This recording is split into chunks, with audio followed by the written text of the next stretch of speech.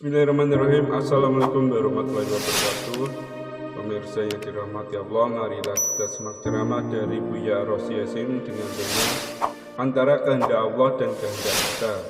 Sebelumnya marilah kita bersolawat terlebih dahulu. Allahumma sholli ala Sayyidina Muhammad wa ala ali Sayyidina Muhammad. Selamat menyaksikan. وبصر من أحبه فزهدهم في هذه الدار فاجتهدوا في مرضاته. Coba lihat uslubnya dahsyat sekali. Ini makom murad semua. Muradin, ini kan tadi murad ya? Murad. Murad itu bukan dia lagi yang beriradah. Dia bergerak dalam iradahnya Allah. Dia tidak mandang iradah dia lagi. Karena dia tidak mandang dia yang berkehendak. Contoh gampangnya gini. Ketika kita sholat, apakah kita yang ruku sujud atau kita digerakkan ruku sujud? Sebenarnya yang mana? Tubuh ini milik siapa? Nah, ketika kita ruku, sujud, itu kan yang gerakin dia. Dan itulah hakikat jawaban hayya ala shalah. Hayya ala shalah, la haula wala quwwata illa billah. Tidak daya dan upaya untuk ruku, sujud, baca Fatihah kecuali. Nah, seharusnya seorang itu sudah wusul dulu dalam azan, baru dia takbir. Ini rahasianya kenapa takbir diulang di belakang.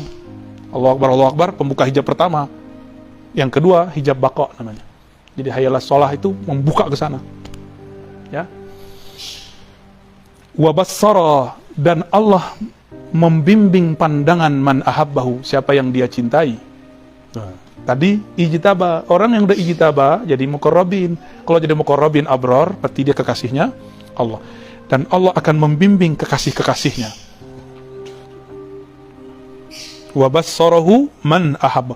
Maksudnya, yang melihat bukan basar dia lagi. Kuntu sama'ul ladzi yubsiru bih.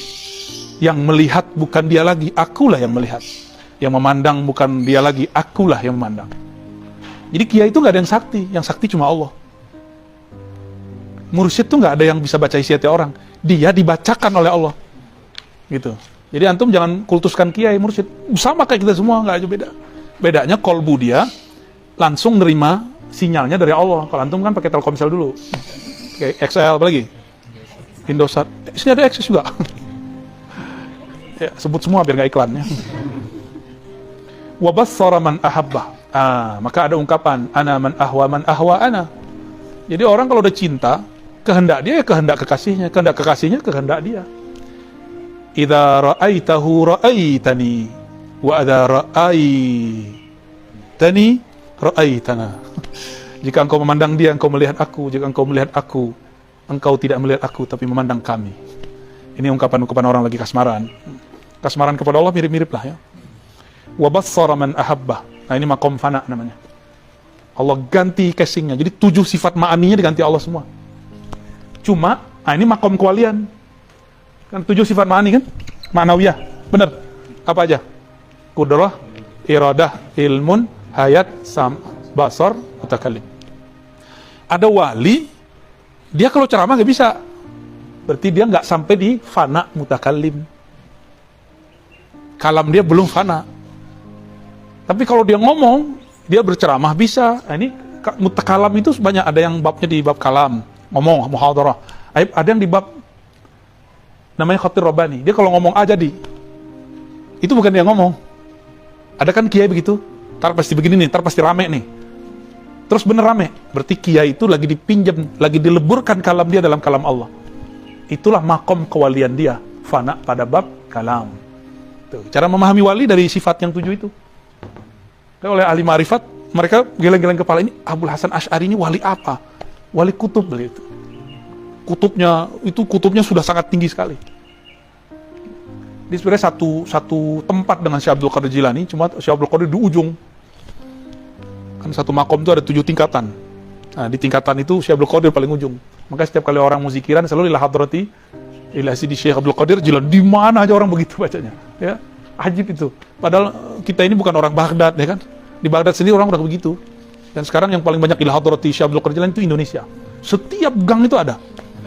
Ya, menakib. Di Mesir udah jarang. Di Irak udah jarang. Maka walaupun Indonesia ini santai, tapi tenang aja. Energi ila hadrati itu udah ngalir dalam tubuh kita semua. Antum tenang aja, tinggal disetrum jadi. Kebangkitan Nahdah, bukan Nahdlatul Ulama, Fuqaha, Nahdlatul Arifin nanti. Jadi ujung Nahdlatul Ulama itu harusnya Nahdlatul Arifin, jangan Nahdlatul Proyek ya. Proposal tuh kan, ente tahu kan? Oke, ada wali yang fananya di bab ilmu. Maka kalau dia ngomong, bukan dia, ini kayaknya nggak ada di kitab ini bukan kitab bumi ini. Kok dia bisa ngomong ini ya? Orang-orang pada bengong, kiai-kiai pada bingung, saya udah khatam kitab ini, tapi kok nggak menemukan apa yang dibaca di kitab yang sama. Berarti dia fana fi ilmillah. Baru terbersit di hati, dijawab. Nah, berarti dia sama. Ya, paham di situ ya. Maka orang yang disebut wali kutub itu 7 sifat ma'ani dan ma'nawiyah itu lebur dia di dalamnya. Itu disebut wali kutub. Kalau nggak kutu kupret. Minum dulu. Santai. Jadi wali bukan orang bisa terbang, itu mah gampang, lebih sakti burung kali dari kita.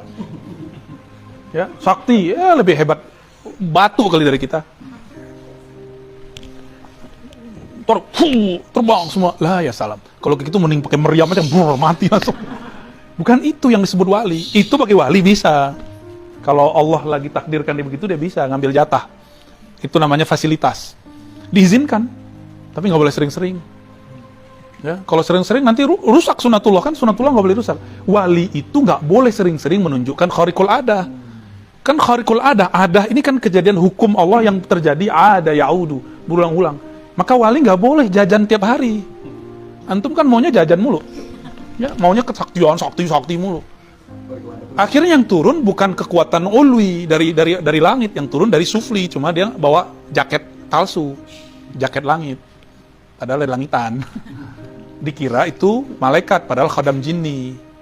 Gitu. Terlalu ngeyel gitu. Pengen terjadi sebelum saatnya. Jadi kenapa terjadi ada penyimpangan dalam jalan spiritual? Karena orang menghendaki keajaiban sebelum masanya. Nggak sabar dia. Kalau orang tarekat kan sabar, tenang, zikir satu-satu, ntar ganti lagi kurikulumnya, ganti lagi. Jadi telaten dikit-dikit. Kalau mau belajar sakti kan nggak pakai jalur kegelapan, zulumat. Jalur pintas semua itu. Jalur pintas itu 2, ada jalur nur, ada jalur nar. Antum mau pilih yang mana?